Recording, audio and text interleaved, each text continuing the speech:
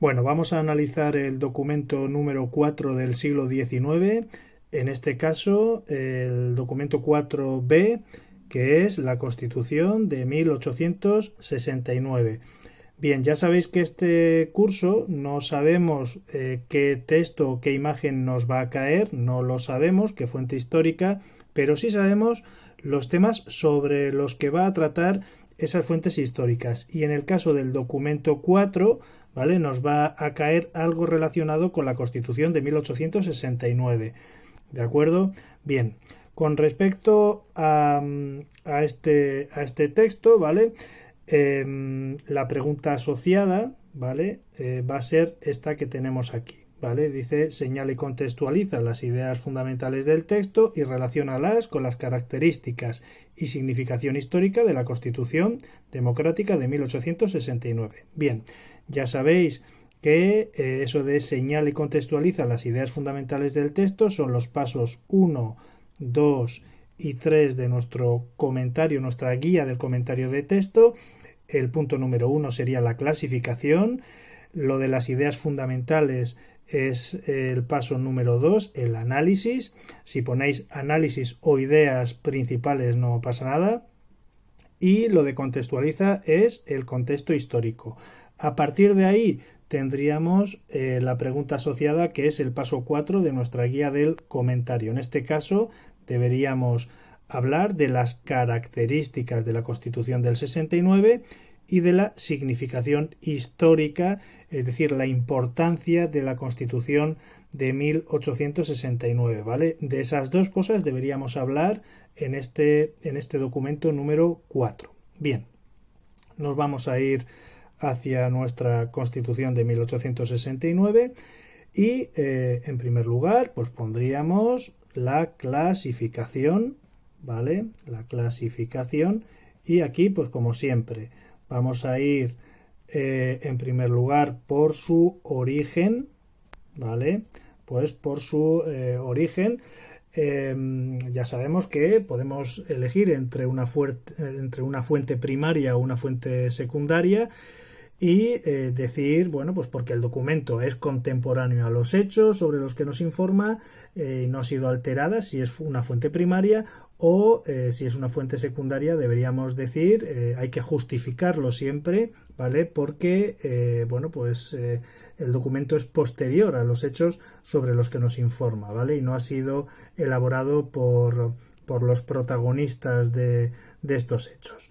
Bien, una vez ya tengamos el origen, tendremos que destacar el documento según su forma, ¿vale? Ya sabéis que tenéis 4 tipos de texto en la guía del comentario y en este caso está clarísimo, ¿vale? Es un texto jurídico porque es una constitución, ¿vale? Y con respecto al contenido, es un contenido, ¿vale? Que es otro de los puntos. El contenido es un contenido de carácter obviamente político, ¿vale? Es un contenido político porque regula las relaciones entre el Estado, sus instituciones y los ciudadanos, ¿de acuerdo? Vale, con respecto al autor, aquí siempre intentar dar una información más elaborada, ¿vale? Decir si es una autoría individual o colectiva. En este caso el autor es colectivo, ¿vale? Porque la Constitución es elaborada y promulgada por las Cortes Constituyentes. Estas Cortes Constituyentes la convocaron por sufragio universal masculino, ya lo sabemos por el tema que hemos estudiado del sexenio revolucionario, ¿vale? Convocan por sufragio universal masculino el gobierno provisional, que es liderado por el progresista Prim y el unionista Serrano, que salen de ese gobierno provisional, sale de la revolución septembrina o revolución de 1868, ¿vale? Que acaba, ya sabéis, con la monarquía de Isabel II. Y estas primeras cortes, son las primeras elegidas por sufragio universal masculino, ya lo sabéis, que es decir, eran los mayores de 25 años, ¿vale? Digamos, varones mayores de 25 años.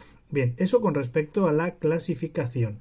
Una vez tenemos ya la clasificación hecha, nos vamos a ir al análisis, ¿vale? Nos vamos al análisis o ideas principales, ¿de acuerdo? En primer lugar, ya sabéis, tenemos que destacar la idea general de todo el texto, ¿vale? Y luego vamos a ir idea por idea.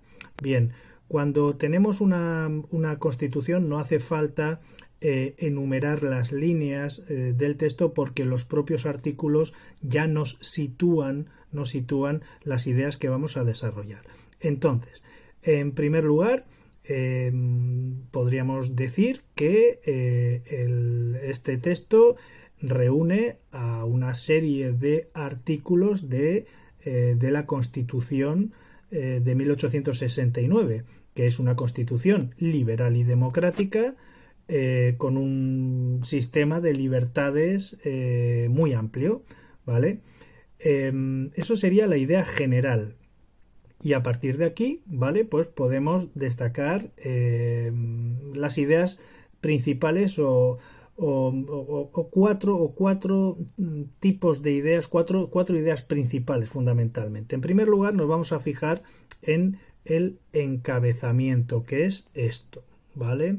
Esto sería el encabezamiento y si lo leemos, ¿vale? Nos dice que la nación española y en su nombre las Cortes Constituyentes, eso nos está diciendo que las Cortes Constituyentes representan a la nación española y eso es la idea de la soberanía nacional, así que en este encabezamiento ya vemos esta primera idea de la soberanía nacional, ¿vale?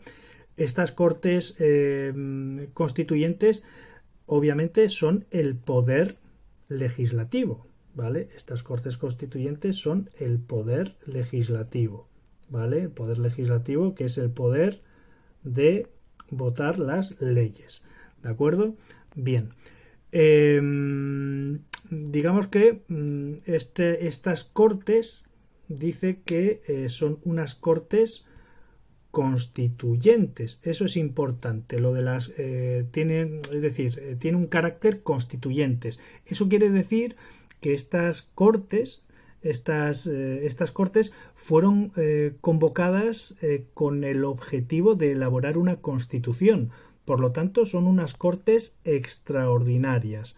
Son unas cortes extraordinarias cuyo objetivo es elaborar una constitución, esta de 1869. Bien, ¿por qué son extraordinarias? Pues porque no tienen un objetivo, el objetivo, digamos, de unas cortes ordinarias, que es el desarrollo normal legislativo que pueden tener unas cortes en una situación normal, sino que estas cortes se han conformado con el objetivo de elaborar una constitución, ¿vale? Esta de 1869. Y por otra parte también hay que destacar que aquí también se nos dice que estas cortes son elegidas por sufragio universal. Esta es otra de las ideas fundamentales de este encabezamiento, la naturaleza de su convocatoria. Es decir, la naturaleza de esta convocatoria se ha realizado por sufragio, es una votación por sufragio universal por varones, han votado varones mayores de 25 años.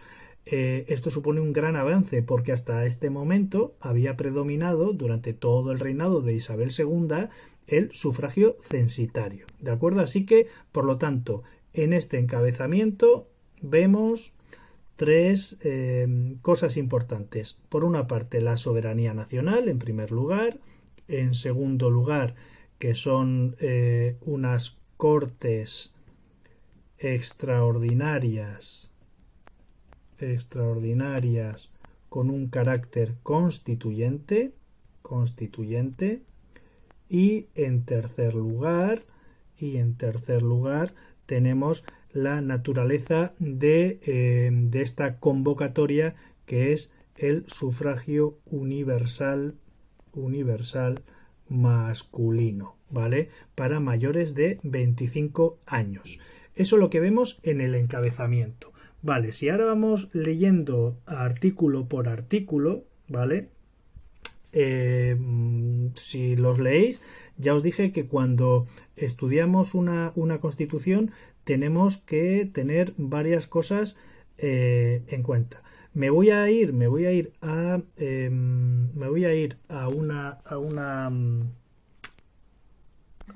me voy a ir aquí, ¿vale? Para que veáis, vale, aquí, bien, vale, para que veáis qué tenemos que tener en cuenta, para analizar una constitución. Me voy a ir directamente a la de 1869. Y si veis en este cuadro explicativo, que ya os lo pasaré, vemos que para analizar una constitución tenemos que tener en cuenta varias cosas. En primer lugar, aquí en la Constitución nos habla sobre todo los periodos de vigencia, es decir, durante cuánto tiempo estuvo vigente esta Constitución, ¿vale? En segundo lugar, tendríamos que tener en cuenta también si la ideología de esta Constitución es progresista, es conservadora, ¿vale? Ya nos dice aquí que la del 69 es una Constitución progresista, incluso podríamos decir democrática. También tenemos que tener en cuenta cómo es la soberanía, si es una soberanía nacional, si la soberanía es compartida, si la soberanía depende solamente del rey, en fin, ¿vale? La división de poderes, otra de las cosas que tenemos que tener en cuenta. La división de poderes, tenemos que tener en cuenta aquí el poder legislativo, el poder ejecutivo y el poder judicial, ¿vale? Los tres poderes. Vale. Aquí, bueno, normalmente se suele poner ahí la división de poderes, pero bueno, tenemos que tener en cuenta si hay una separación de poderes o no la hay, ¿vale? Luego, otra cosa que tenemos que tener en cuenta es cómo están conformadas las Cortes, ¿vale? Si está reunida en una sola cámara, como la que vimos en la Constitución de 1812, un sistema unicameral, una cámara, en este caso de 1869 es un sistema bicameral con dos cámaras. El sufragio universal masculino, como es el sufragio, también tenemos que tenerlo en cuenta. Y luego, derechos, yo pondría aquí también derechos y deberes, ¿vale? Derechos y deberes, ¿vale? Bien. ¿Cómo es esta Constitución con respecto a los derechos y deberes? Y luego donde pone otras, normalmente se suele hablar del tema de la religión, ¿vale? Bien, pues todas estas cosas deberemos tenerlas en cuenta a la hora de analizar una constitución, ¿de acuerdo? Bien, me voy a ir al texto del análisis de la Constitución de 1869, que lo tenemos aquí. Vale, entonces, una vez hemos leído todos los artículos, ¿vale? Cuando tenemos una constitución, lo suyo es que vayamos agrupando estos artículos en función de las características que hemos visto en el cuadro, ¿vale? Porque nos va a resultar mucho más fácil su comentario. Así que si analizamos o si leemos los artículos 2, a ver, lo voy a poner aquí, el artículo 2, el artículo 3, el artículo 4 e incluso el 26, estos artículos, si nos damos cuenta, no el 21, el 2, el 3, el 4 y el 26 nos habla sobre todo de derechos y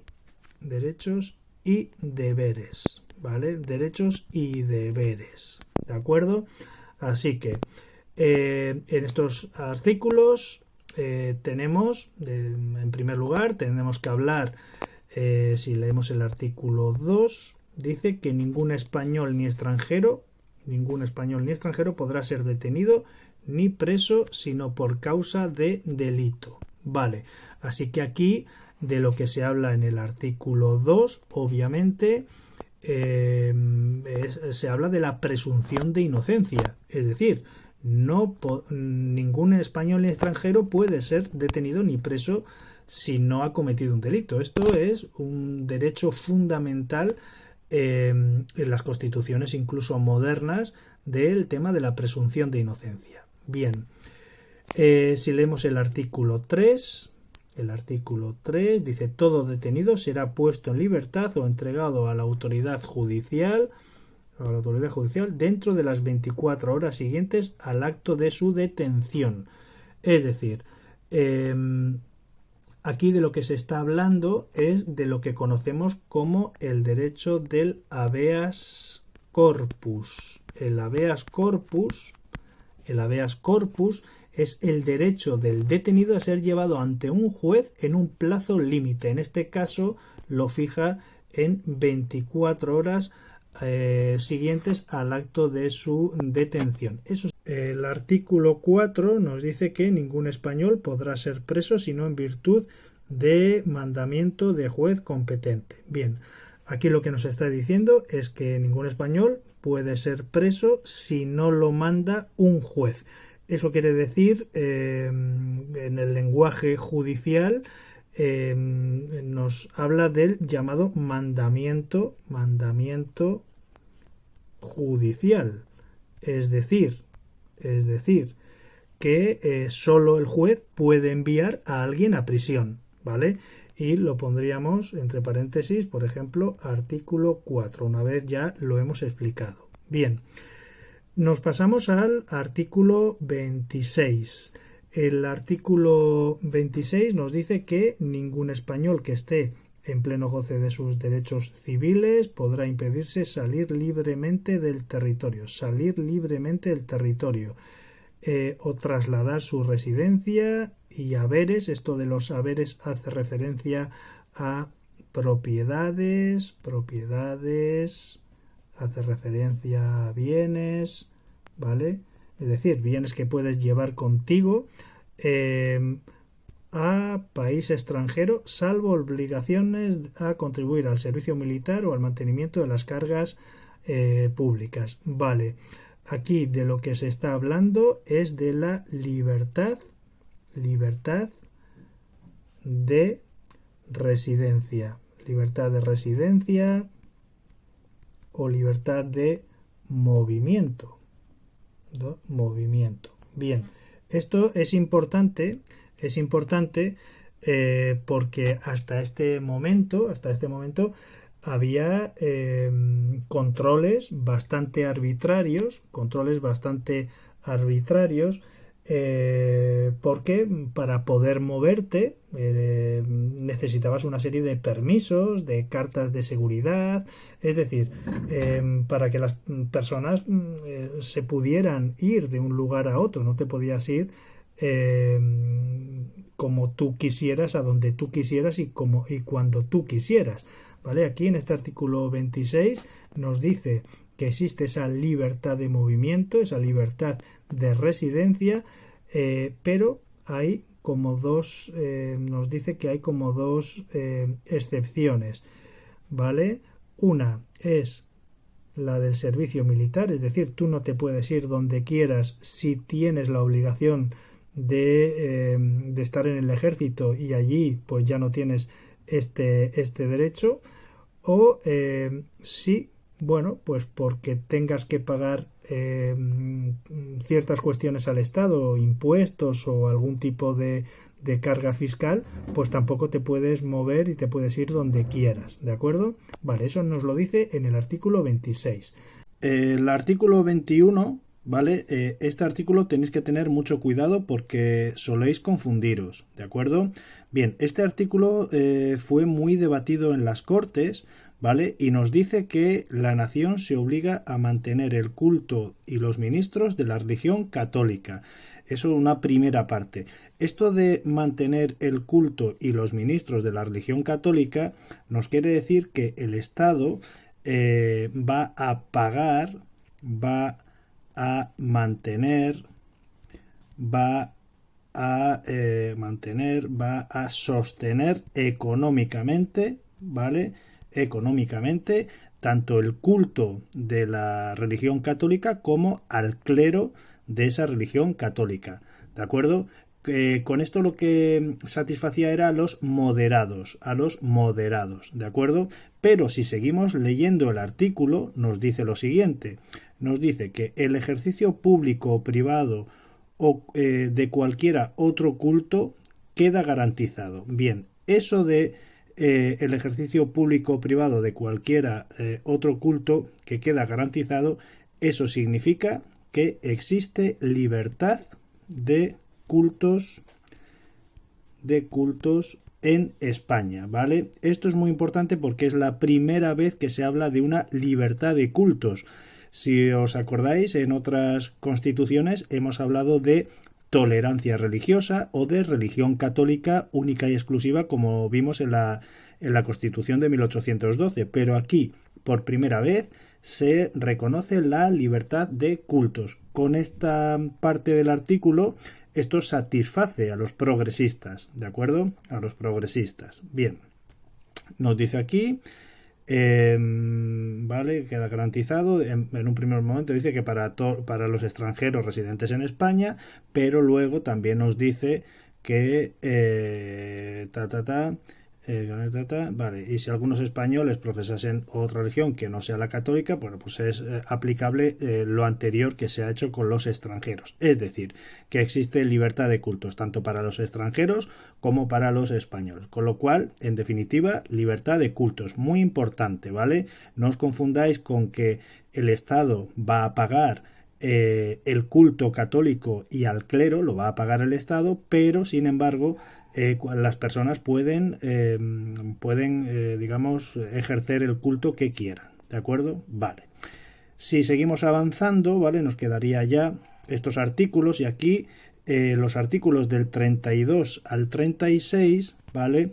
Lo vamos a enfocar en un mismo bloque, ¿vale? Porque el artículo 32 nos dice que la soberanía reside esencialmente en la nación, de la cual emanan todos los poderes, por lo tanto esto es soberanía nacional, ¿vale?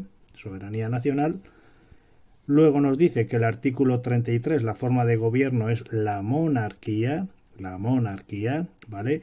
Esto es muy curioso porque la Revolución de 1868 ha derrocado a una monarquía, la de Isabel II, pero va a hacer que se reconozca como forma de gobierno una monarquía. Entonces habrá que buscar a un rey, ¿vale?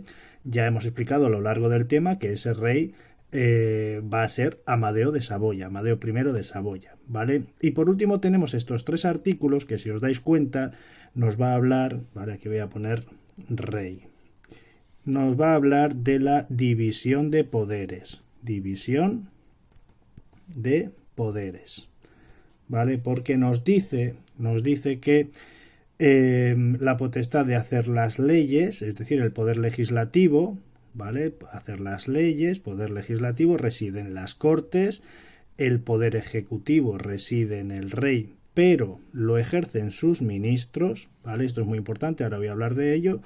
Y por último, los tribunales ejercen el poder judicial. Vale, aquí lo importante cuando se nos dice que la soberanía reside esencialmente en la nación, ese esencialmente es importante, ¿vale? Reside esencialmente en la nación porque el rey va a tener algún tipo de papel. Sin embargo, va a ser diferente con respecto a otras constituciones. Hemos dicho ahora mismo que el poder ejecutivo lo tiene el rey, pero sin embargo lo ejercen sus ministros, es decir, los ministros son el gobierno, ¿vale? Y estos ministros, el gobierno lo elige el propio rey. Así que podemos decir que el rey reina, pero no gobierna. Es una monarquía limitada. Eso quiere decir que el rey va a tener algún tipo de participación, como por ejemplo el derecho de iniciativa, va a sancionar, es decir, va a firmar, a aprobar y va a promulgar las leyes, pero sin embargo aquí no se habla para nada en la figura del rey de un derecho que tenía, por ejemplo, en la Constitución de 1812, que era el famoso derecho de veto, eso de que podía retirar las leyes que les lanzaba las Cortes. Bueno, pues aquí la Constitución de 1869 no lo tiene, ¿De acuerdo? Bien. Con respecto al poder legislativo, ¿vale? Con respecto al poder legislativo, que lo tenemos aquí en el artículo 34, en el artículo 34, ese de la potestad de hacer las leyes reside en las Cortes, aquí tendríais que desarrollar lo que sabéis de las características de la Constitución, ¿de acuerdo? Entonces tendríamos que decir que las Cortes son bicamerales, las Cortes son bicamerales, eso quiere decir que tiene dos cámaras, Congreso y Senado, ¿vale? Tiene Congreso y Senado. El Congreso es elegido de forma directa y el Senado es elegido de forma indirecta, ¿de acuerdo? Bien. Del Poder Ejecutivo ya hemos hablado, ¿no? Del papel que tiene el rey, pero que lo va a ejercer sus ministros, que los elige él, ¿vale? Por último, el Poder Judicial, en el artículo 36, ¿vale? Se proclama la independencia del Poder Judicial. Y aquí hay que decir que por primera vez se desarrolla un sistema de oposiciones a juez que acaba con el nombramiento de estos jueces anteriormente por el gobierno, y se establecía o se restablecía el juicio por jurados. Bien, esos son lo que nos dicen estos artículos de la Constitución de 1869. Podríamos terminar con una breve frase diciendo que la Constitución de 1869 se aprobaría o se aprueba el 1 de junio de 1869, el 1 de junio de 1869, ¿vale? Aunque fue discutida en algunos artículos, ya hemos hablado del artículo 21, de la forma de gobierno, del sistema de gobierno, de la monarquía, también fue muy discutido. Pero fue aprobada ampliamente por la mayoría de las Cortes. Sabemos que hubo 214 votos a favor, ¿vale? Voy a poner aquí un plus, contra 55 votos, ¿vale? Contra 55 votos que votaron en contra. Precisamente porque obtuvo el apoyo de unas Cortes Constituyentes que habían sido elegidas por sufragio universal masculina, y obviamente esta Constitución de 1869 pues era totalmente democrática. ¿De acuerdo? Bien, una vez ya tengamos esto, tendríamos que hablar del punto número 3, ¿vale? Del punto número 3, que sería el contexto histórico. El contexto histórico. Vale. Del contexto histórico, ¿vale? Como tenéis un tema que son las fases del sexenio revolucionario, aquí, bueno, lo que tendréis que desarrollar sobre todo sería, porque este texto se sitúa al inicio del sexenio democrático, es decir, tendríamos que contar tendríamos que contar la revolución de 1868, ¿vale? La revolución de 1868, decir por qué se produce, ¿vale? Y luego tendríamos que desarrollar también el gobierno provisional de 1869. ¿De acuerdo? Que son los que convocan las elecciones por sufragio universal masculino y dan lugar a estas Cortes Constituyentes, que son los que elaboran la Constitución.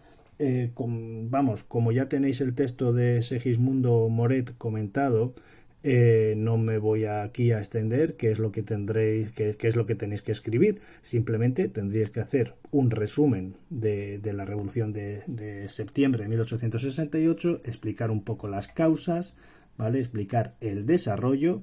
En esas causas, pues ya sabéis, causas políticas, ¿no? El agotamiento del modelo político de los moderados, el desprestigio de Isabel II por su vida privada y la corrupción de la corte, las causas sociales, ¿no? Hemos hablado del impuesto de los consumos, de las quintas, ¿no? Que libraba el servicio militar pues a las personas con recursos, de las causas económicas también, ¿no? Esa crisis de 1866, de malas cosechas, descenso brusco de las acciones, ¿no? En las compañías ferroviarias, que dio al traste pues a muchos negocios. Una vez digáis esto, haríamos un breve desarrollo de la Revolución Septembrina, ¿no? Podríamos partir desde el Pacto de Ostende de 1866 y decir cómo ese movimiento revolucionario que estallaría en Andalucía, ¿vale? Había sido preparado pues, por esas juntas revolucionarias que estarían formadas por progresistas y demócratas. Muy importante esto porque luego los demócratas no van a estar en el gobierno provisional. Y estas juntas revolucionarias pues actuarían, digamos, paralelamente a una conspiración militar, ¿vale? Donde Topete y Serrano, que son de la Unión Liberal, y Prim, que es progresista, pues eran los principales cabecillas. Decir que la revolución comienza el 17 de septiembre de 1868 en Cádiz, ¿vale? Donde el almirante Topete, de acuerdo con las órdenes de Prim y Serrano, pues se amotina contra el gobierno de Isabel II. Y Prim y Serrano, junto con otros militares como Dulce, ¿no? se unirían a esta rebelión, a esta sublevación, y al grito de Viva España con honra, pues la sublevación se extendió rápidamente por muchas ciudades españolas, ¿no? Finalmente, la reina Isabel, que está veraneando en Lekeitio, pues se entera allí, ¿no?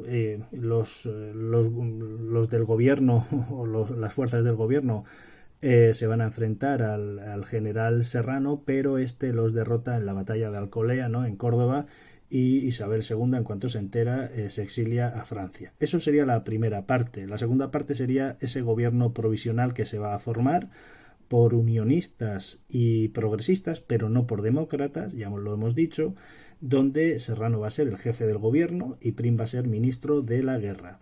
Donde se van a convocar elecciones a cortes constituyentes, ya lo hemos dicho, por sufragio universal masculino, que es la primera vez que se realiza en España, y donde van a ganar los llamados gubernamentales. Del total de 381 diputados, los gubernamentales, es decir, los del gobierno provisional, pues van a obtener 236 diputados, ¿vale? Los republicanos obtuvieron 85 escaños, y bueno, pues especialmente en ciudades como Barcelona, Valencia, Málaga, Cádiz, Sevilla, de los que 83 eran de tendencia federal y únicamente pues había 2 unitarios, ¿vale? Los carlistas por su parte lograron también cierto éxito con 20 diputados, pero bueno, hay una clara mayoría de los gubernamentales. Y por último tendríamos, una vez decir esto, pues como conclusión, hablar un poco de esa legislación reformista del gobierno provisional, ¿no? Por ejemplo, de la creación de la peseta, de la ley de minas, de la política librecambista de Figueroa, pero vamos, solo nombrarlo, ¿vale? Que empiezan los problemas como la guerra de Cuba, y que Prim, pues atendiendo a ese artículo 33 de la Constitución, pues debe buscar a un rey para España, ¿no? Entre los diferentes candidatos que se plantean, bueno, pues finalmente Prim elige a Amadeo I como un candidato neutral que llegaría a España pues el 30 de diciembre de 1870. Sin embargo, 3 días antes de su llegada, el propio Prim sufre un atentado en la calle del Turco, en Madrid, y moriría poco después. Las fuentes nos dicen que moriría el día 30 de diciembre, pero las últimas investigaciones parece ser que moriría entre ese 27 y el 30 de diciembre, con un asesinato pues al lazo, es decir, fue estrangulado en su propia casa, y el crimen todavía pues sigue siendo un misterio, ¿vale? Y por último ya tendríamos la pregunta asociada, donde nos preguntan básicamente 2 cosas. Nos preguntan que digamos cuáles son las características de la Constitución de 1869 y la significación histórica. Bien. A ver, para las características de la Constitución de 1869 podéis hacerlo como lo veáis. Lo más sencillo es meter todas las características de forma resumida que tenéis en los apuntes. Pero bueno, también podéis hablar de las características que no habéis hablado en el análisis, ¿vale? Porque si habláis de las mismas características es duplicar otra vez lo que habéis dicho, ¿vale? Y si decís algo aquí que ya habéis nombrado, por ejemplo, en el análisis, si vais a hablar, por ejemplo, de la monarquía constitucional, bueno, pues podéis decir algo que no habéis dicho en el análisis. No sé si me explico, ¿vale? Es decir, si por ejemplo habéis dicho en el análisis que el sistema de gobierno, como nos dice aquí en el artículo 33, es la monarquía, ¿vale? Bueno, pues lo que podéis aquí es desarrollarlo, no decir exactamente lo mismo, ¿vale? Podéis explicar, por ejemplo, la diferencia que hay entre una monarquía constitucional y una monarquía parlamentaria, decir, por ejemplo, que era pues una incongruencia, ¿no? Ya que habían acabado con la monarquía borbónica de Isabel II y ahora pues mantienen otra vez la monarquía, con lo cual esto generará muchos problemas a lo largo del sexenio revolucionario, ¿vale? Eh, por ejemplo, si vais a decir algo de la soberanía nacional, pues podéis decir que quitando la de 1812 no fue recogido antes este principio de la soberanía nacional, ¿vale? Y ya está, meter todas las características que no habéis metido en el análisis, ¿vale? Y tenéis los apuntes para hacerlo. Yo os voy a poner en el comentario resuelto algo que sí que me parece interesante, que es con respecto a los derechos sociales, a los derechos de reunión y de asociación, que es aquí cuando se reconocen por primera vez en España. Sin embargo, estos derechos sociales, ¿vale? Son limitados. Yo os voy a poner una frase en concreto que no tenéis por qué saberla de memoria, pero sí podéis, digamos, extraer la idea principal. Y claro, es muy importante porque ese artículo, ¿vale? Sirvió para ilegalizar posteriormente la Asociación Internacional de Trabajadores años después, ¿de acuerdo? Y por último, faltaría por decir la significación histórica. En primer lugar, tendríamos que decir que es la constitución más liberal, ¿vale? Yo diría que es una constitución, la primera constitución democrática, ¿vale? Diría que es la primera constitución democrática, ¿vale? Decir que va a ser la constitución que se ponga a la vanguardia de las constituciones europeas de ese momento, ¿vale? Y que tiene influencias de la constitución de Estados Unidos de 1787, ¿de acuerdo? Vale, en segundo lugar, decir que al ser la primera constitución verdaderamente democrática, bueno, pues se le da un gran papel a las cortes. Muy importante aquí, las cortes, un gran papel a las cortes, que van a ser el principal, el mayor órgano de representación de la nación, porque no solo legislaban, sino que también controlaban al gobierno y limitaban el poder del monarca, ¿vale? Además, se va a anticipar varias décadas a otros países europeos en cuanto a los logros políticos y sociales alcanzados. Y por último, en tercer lugar, bueno, pues decir que a pesar de que era muy moderna, pues no satisfizo, no fue satisfactoria para casi nadie. No gustó a casi nadie, ¿vale? Por una parte tenemos a los republicanos. Los republicanos que obviamente se van a oponer a que haya un sistema monárquico, a que haya un rey. Los católicos se van a oponer, ¿vale? Los católicos se van a oponer porque hay libertad de culto. Los librepensadores, es decir, los más liberales, los demócratas, etcétera, estos se van a oponer, ¿vale? Voy a poner aquí los librepensadores se van a oponer porque el Estado va a pagar el culto católico y al clero, ¿vale? El movimiento obrero, ¿vale? El movimiento obrero también se va a oponer porque considera, ya hemos hablado de estos derechos sociales que van a ser limitados, pues les va a parecer que hay pocos derechos, ¿vale? Y aquí pues va a dar lugar a la expansión por primera vez de las ideas socialistas y anarquistas. Cuando hablo de socialistas hablo de ideas ya comunistas, ¿vale? Obviamente los carlistas no la van a aceptar porque estos quieren la vuelta al antiguo régimen. Y bueno, pues en conclusión decir que fue demasiado avanzada para muchos y tímida para otros muchos. Así que bueno, con esto yo creo que quedaría ya la significación histórica cerrada. ¿De acuerdo? Así que bueno, cualquier duda me preguntáis. Venga.